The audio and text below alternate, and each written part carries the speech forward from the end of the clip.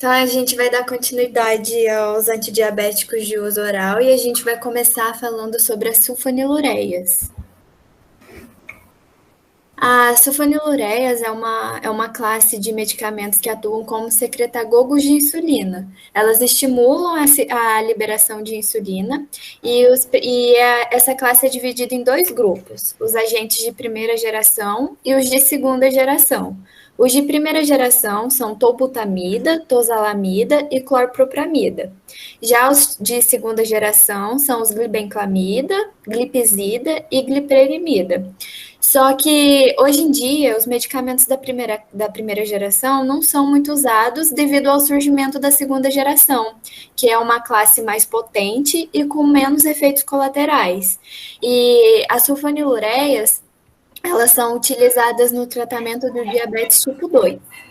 Pode passar, por favor. Quanto ao mecanismo de ação, a ação da sulfonilureia se dá nas células betas pancreáticas, estimulando a secreção de insulina e, assim, reduzindo os níveis de glicose no plasma.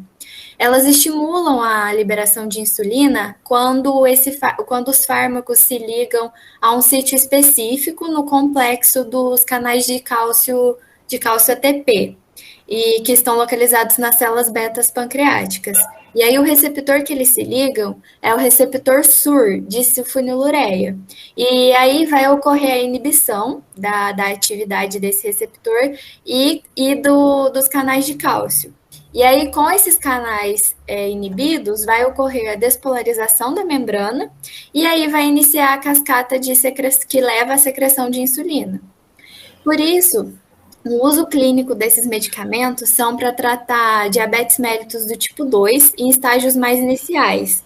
E também eles reduzem a depuração hepática da insulina. Mas esses medicamentos das sulfonilureias, eles precisam de células betas funcionantes. Então, eles não são úteis no tratamento do diabetes tipo 1 e nem no diabetes tipo 2 em estágios mais tardios.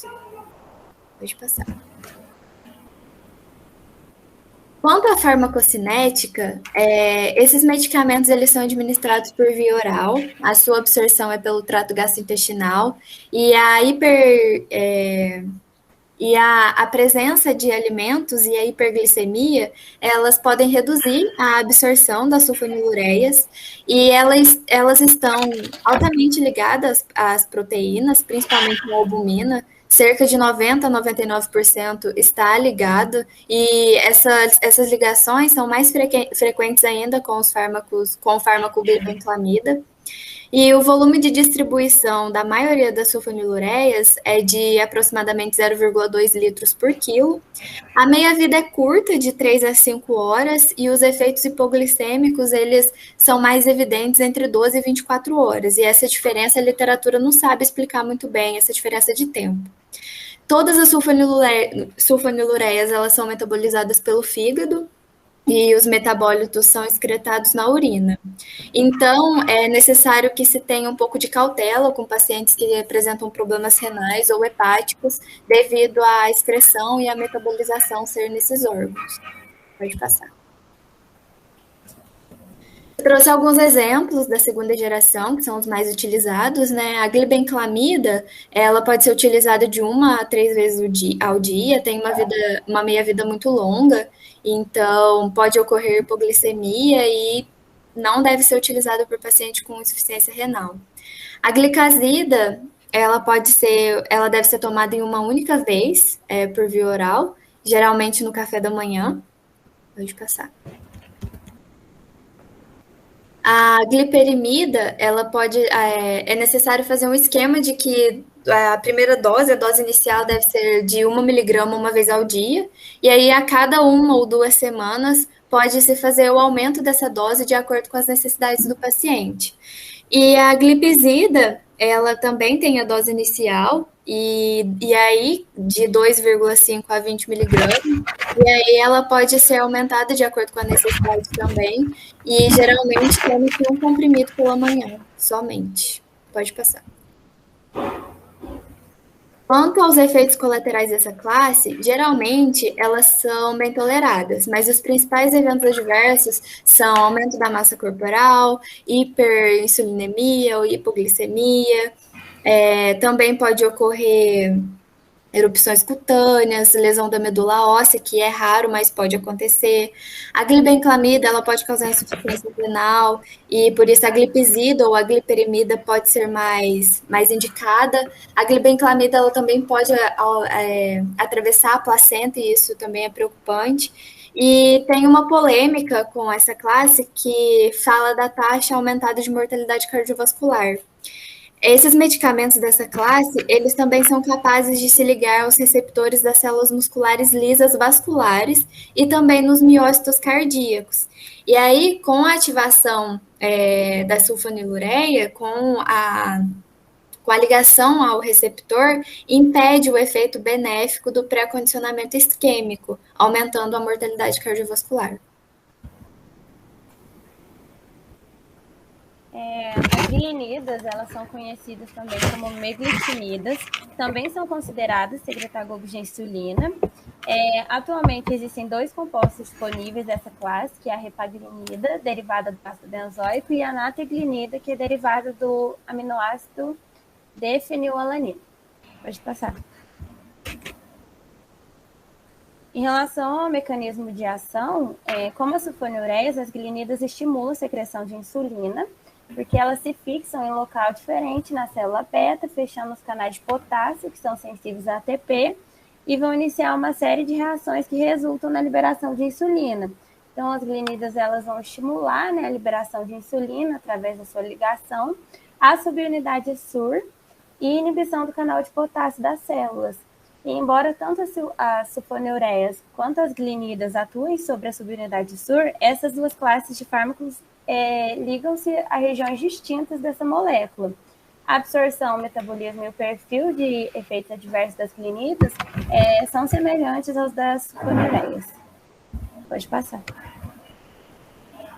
Em relação à indicação terapêutica, no caso, a repaglinida e a nateglinida são indicadas para pacientes adultos com diabetes mellitus tipo 2, quando a dieta, a redução de peso e exercícios físicos não forem suficientes para controlar ou diminuir os níveis de glicose no sangue, ou seja, né, a hiperglicemia pós-prandial. A nateglinida ela pode ser utilizada em monoterapia ou em associação com outros agentes antidiabéticos orais, como o mecanismo de ação complementar, tal como a metformina, e a repaglinida também pode ser administrada em combinação com a metformina. Pode passar. Em relação à farmacocinética, as glinidas elas devem ser tomadas antes da refeição e são bem absorvidas após a administração oral. Ambas são biotransformadas a produtos inativos pela CYP3A4 no fígado e são excretados pela bile. A repaglinida ela é rapidamente absorvida pelo trato gastrointestinal e apresenta meia-vida de aproximadamente 1 hora. Também apresenta uma biodisponibilidade média de 63%, baixo volume de distribuição e rápida eliminação no sangue. Cerca de 10% é metabolizada pelos rins, por isso a determinação da dose ela deve ser efetuada com cautela em pacientes que apresentam insuficiência renal. Já a nateglinida, ela é rápida e quase completamente absorvida, cerca de 90% a partir de uma solução oral, promove uma secreção de insulina mais rápida, porém menos duradoura do que outros antidiabéticos orais disponíveis, tem um volume de distribuição de aproximadamente 10 litros e em torno de 16% de uma dose administrada são excretados pelos rins na forma inalterada. Pode passar. Em relação à apresentação e posologia, em relação à repaglinida, um dos nomes comerciais da repaglinida é Prandin, como eu coloquei aí. Em relação à sua posologia, a dose deve ser determinada de acordo com a resposta da glicose sanguínea do paciente. A dose inicial recomendada é de 0,5 mg por refeição em pacientes que nunca foram tratados com hipoglicemia antes. E no caso de pacientes que já foram tratados, submetidos, né, a outro hipoglicemia antioral, recomenda-se uma dose inicial de 1 mg por refeição. A dose diária máxima total não deve exceder a 16 mg. Em relação à nataglinida, o nome comercial eu coloquei o Starlix. Quanto à posologia, a dose usual é de 120 miligramas antes das refeições. É mais efetiva quando administrada em uma dose de 120 miligramas de 1 a 10 minutos antes de uma refeição. Pode passar. Quanto aos efeitos colaterais, essa classe pode ocasionar, né, o ganho de peso, dor abdominal, náuseas e vômitos, cefaleia, além de hipoglicemia, diarreia e constipação. E embora as glinidas possam causar hipoglicemia e aumento de massa corporal, a incidência é menor do que com as sulfonilureias. Pode passar. Quanto à classe dos incretinamiméticos, os incretinamiméticos eles são medicamentos peptídeos que mimetizam várias das ações peptídeas semelhantes ao GLP-1 e têm demonstrado reduzir níveis de hemoglobina glicada em pacientes com diabetes mellitus tipo 2. Os hormônios incretinas são responsáveis por 60% a 70% da secreção pós-prandial da insulina, como foi comentado, né, pelo outro grupo. E a exatinida e a liraglutida são incretinamiméticos injetáveis usados no tratamento de pacientes com diabetes mellitus tipo 2. Pode passar. Em relação ao mecanismo de ação, como foi dito, o GLP-1 é uma incretina liberada pelo trato gastrointestinal que aumenta a secreção de insulina dependente de glicose e diminui o glucagon. Os incretinamiméticos são análogos do GLP-1 e exercem sua atividade atuando como agonista de receptores de GLP-1. Então, esses fármacos melhoram a secreção de insulina dependente de glicose, retardam o esvaziamento gástrico, diminuem a ingestão de alimento, aumentando a saciedade e diminui a secreção pós-prandial de glucagon. Consequentemente, diminui o ganho de massa corporal e a hiperglicemia pós-prandial. Pode passar. Em relação à indicação terapêutica, os incretinamiméticos ajudam a restaurar importantes funções fisiológicas nos pacientes com diabetes tipo 2. E suas ações promovem melhora do controle glicêmico associada à perda de peso na maioria dos pacientes.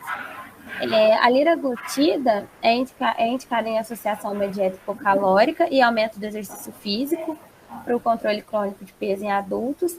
E a ezenatida é indicada como terapia adjuvante para melhora do controle glicêmico em pacientes que estejam tomando metformina ou sulfonilureia, ou uma combinação de metformina e sulfonilureia, mas que não tenham ainda atingido o controle glicêmico adequado. Pode passar. Em relação à farmacocinética, sendo polipeptídeos, a ezenatida e a liraglutida precisam ser administrados por via subcutânea. A absorção da liraglutida após a administração subcutânea é lenta, tem longa meia-vida, né? A biodisponibilidade da liraglutida é de aproximadamente 55%, e o volume de distribuição é aproximadamente de 11 a 17 litros. A ezenatida apresenta volume de distribuição médio de 28,3 litros, é predominantemente eliminada pela filtração glomerular, e essas características farmacocinéticas da ezenatida são independentes da dose. Pode passar. Em relação à apresentação e posologia, quanto à liraglutida, nome comercial eu coloquei aí, né, o Victoza Saxenda. A dose inicial é de 0,6 miligramas uma vez ao dia e deve ser aumentada para 3 miligramas uma vez ao dia. Doses diárias maiores que 3 miligramas não são recomendadas. E quanto à ezenatida, o nome comercial é o Bieta, e a terapia com ezenatida ela deve ser iniciada com 5 microgramas por dose, administrada 2 vezes por dia, não deve ser administrada após uma refeição, e devido à sua duração de ação mais curta, a ezenatida ela precisa ser injetada 2 vezes ao dia. Pode passar. Quanto aos efeitos colaterais, os principais efeitos colaterais dos incretinamiméticos são as náuseas, os vômitos, diarreia e constipação. A ezenatida e liraglutida já foram associados com pancreatite também, e os pacientes devem ser orientados a suspender o uso ao sentir uma dor abdominal muito intensa. A ezenatida pode causar hipoglicemia quando associada ao uso de uma sulfonilureia ou ao uso de metformina. E também pode causar dispepsia, doença de refluxo gastroesofágico, astenia, nervosismo, diminuição do apetite, tontura, cefaleia e hiperidrose. Bom, os inibidores do CGLT2. Introduzindo sobre o assunto, essa classe de agentes antidiabéticos orais, ela inibe a reabsorção de glicose a partir dos rins, de modo independente da insulina ou das células beta-pancreáticas, e assim vão reduzir os níveis de glicose no sangue. Eles podem ser utilizados em qualquer fase da progressão da doença e representam uma estratégia terapêutica para o tratamento da hiperglicemia e obesidade em pacientes tanto de diabetes tipo 1 como do tipo 2. Pode passar, por favor. Bom, o papel dos rins na homeostasia da glicose e o seu mecanismo de ação. Os rins, eles desempenham um papel importante na regulação da homeostase da glicose pela reabsorção, e um adulto saudável ele é capaz de filtrar nos glomérulos renais cerca de 180 miligramas de glicose, né, por dia. No entanto, a maior parte dessa é reabsorvida pelos cotransportadores de sódio e glicose, que são os CGLT, nos túbulos proximais com outro gradiente de concentração. E aí, nessa imagem, que é uma forma representativa, no qual a glicose ela circula pelo sangue, ela é filtrada pelos rins, e quando se é inibido esses receptores, o CGLT2, é capaz, de, então, de provocar a glicosura, diminuindo os níveis glicêmicos no sangue. Pode passar, por favor.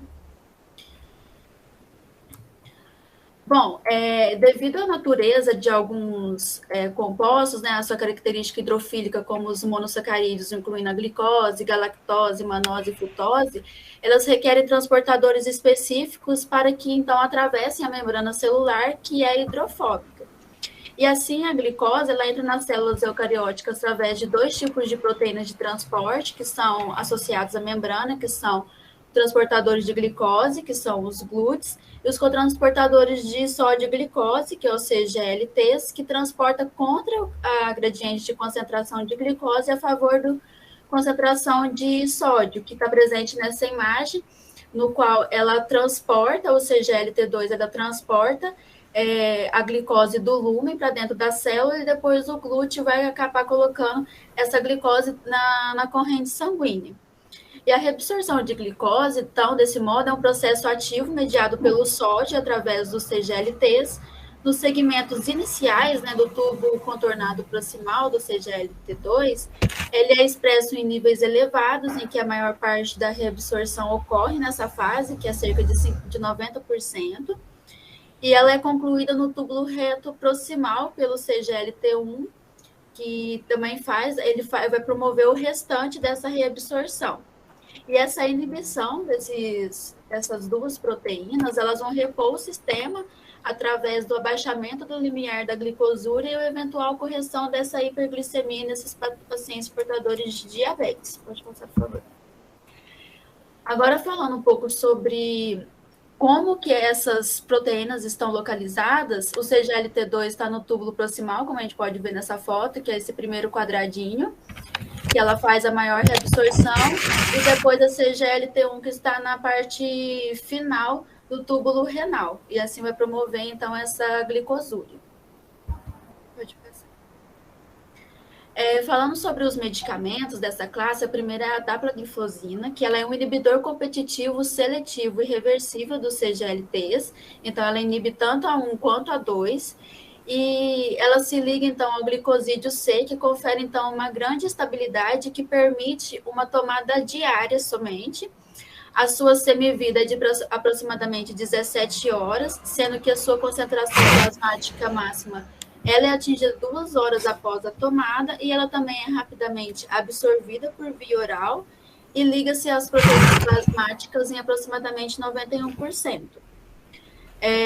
A dapagliflozina ela é extensamente metabolizada, primariamente para produzir a dapagliflozina 3, ou glucuronídeo, que é um metabólito inativo, que ela é convertida pela enzima presente tanto no fim quanto no rim, que é o DP-glucuroniltransferase 1,9, e a depuração renal da dapagliflozina é mínima, que é cerca de 3,6 ml por minuto. Pode passar, por favor.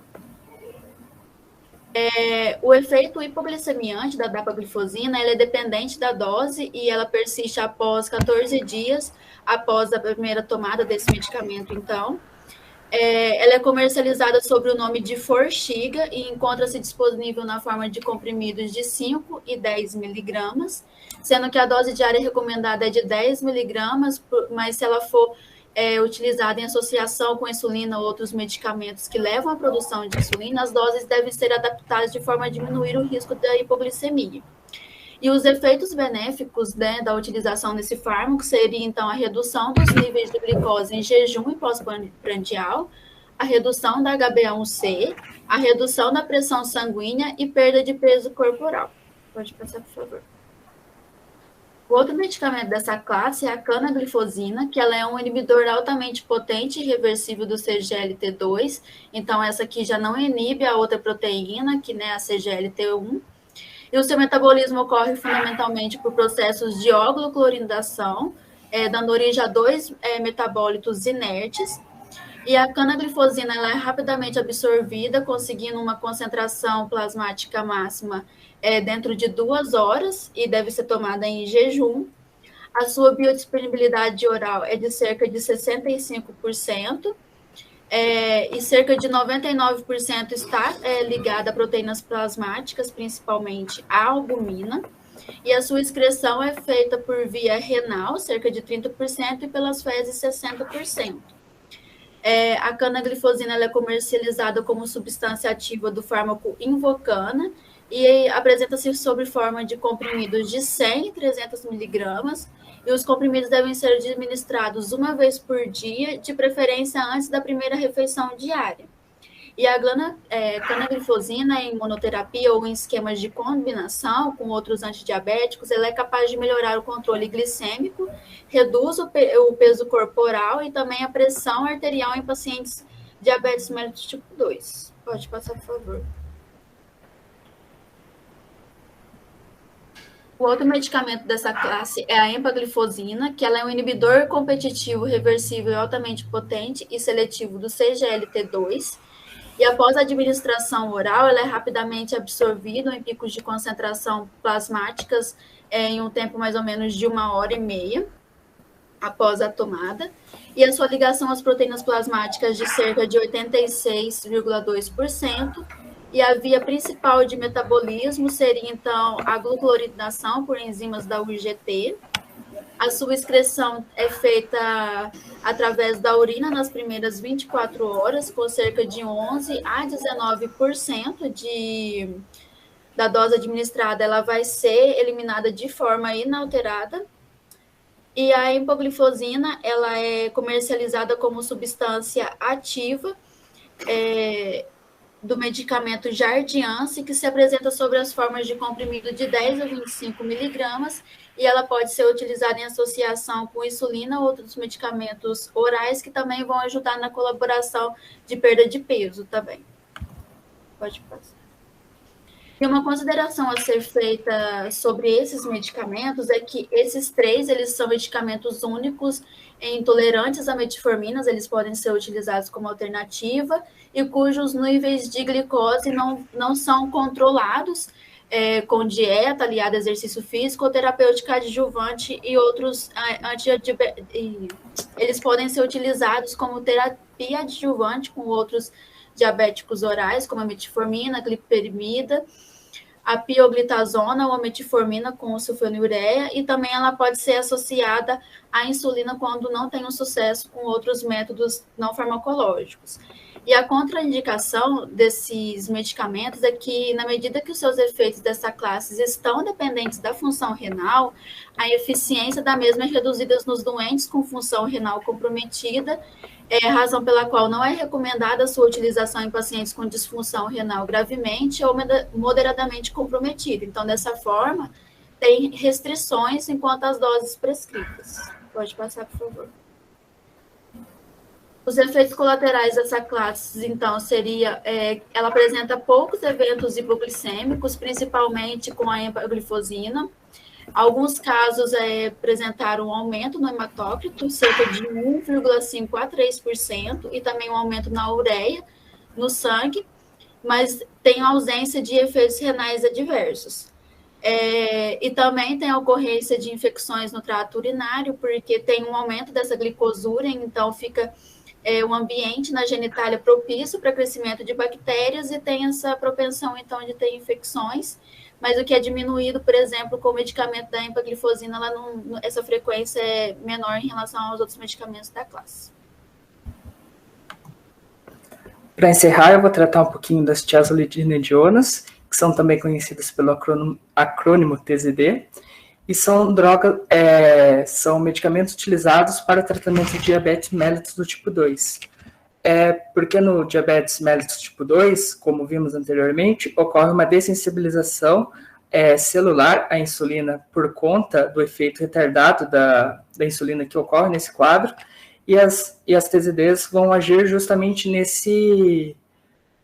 vão possuir essa ação de aumentar a sensibilidade celular à insulina e com isso conseguir reduzir a glicemia, que é muito elevada em pacientes com diabetes. E para entender melhor esse efeito, a gente precisa entender que existe uma maquinaria chamada PPAR-gama, que é o acrônimo para receptor gama ativado pelo proliferador do peroxisoma. O que esse receptor é responsável?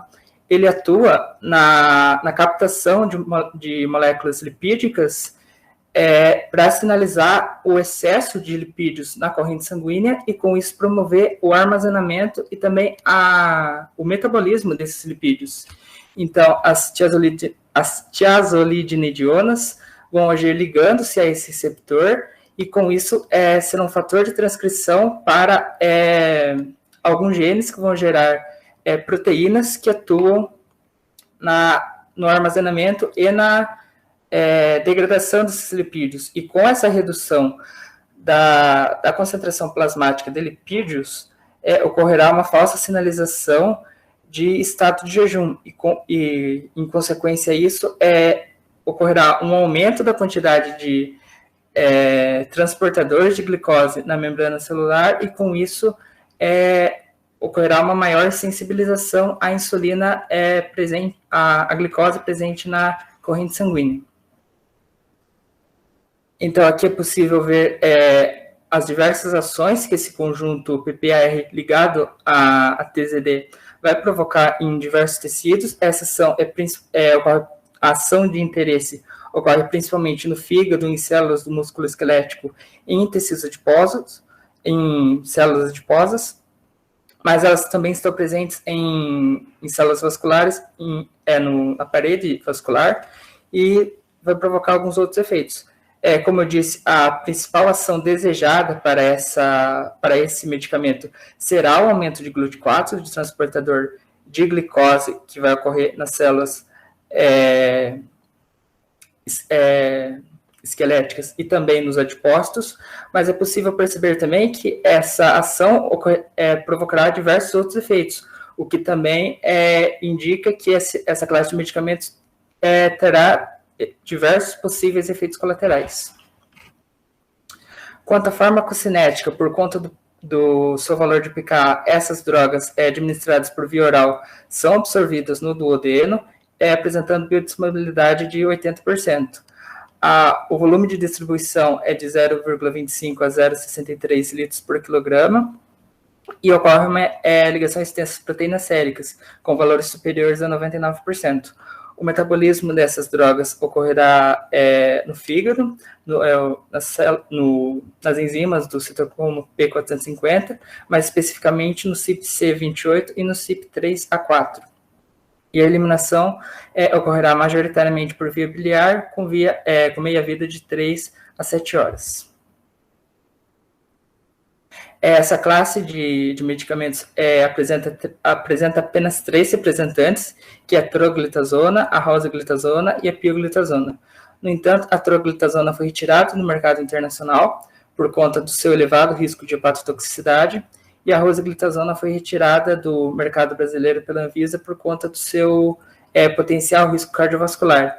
Então, o único medicamento dessa classe que atualmente está disponível no país é a pioglitazona. Ela se apresenta na forma de cloridrato de pioglitazona, na forma de comprimidos, e com a posologia de 15, 30 ou 45 miligramas. A prescrição desse medicamento, a primeira escolha é de 15 ou 30 miligramas uma vez ao dia, a segunda escolha é 45 miligramas uma vez ao dia também, e a terceira escolha seria a terapia combinada com outros agentes antidiabéticos, como a biguanida e a sulfonilureia. Como eu já disse anteriormente, esse efeito das tiazolidinedionas, ele é pouco específico, ou seja, ele vai afetar diversos outros sistemas, o que faz com que elas tenham uma biossegurança reduzida.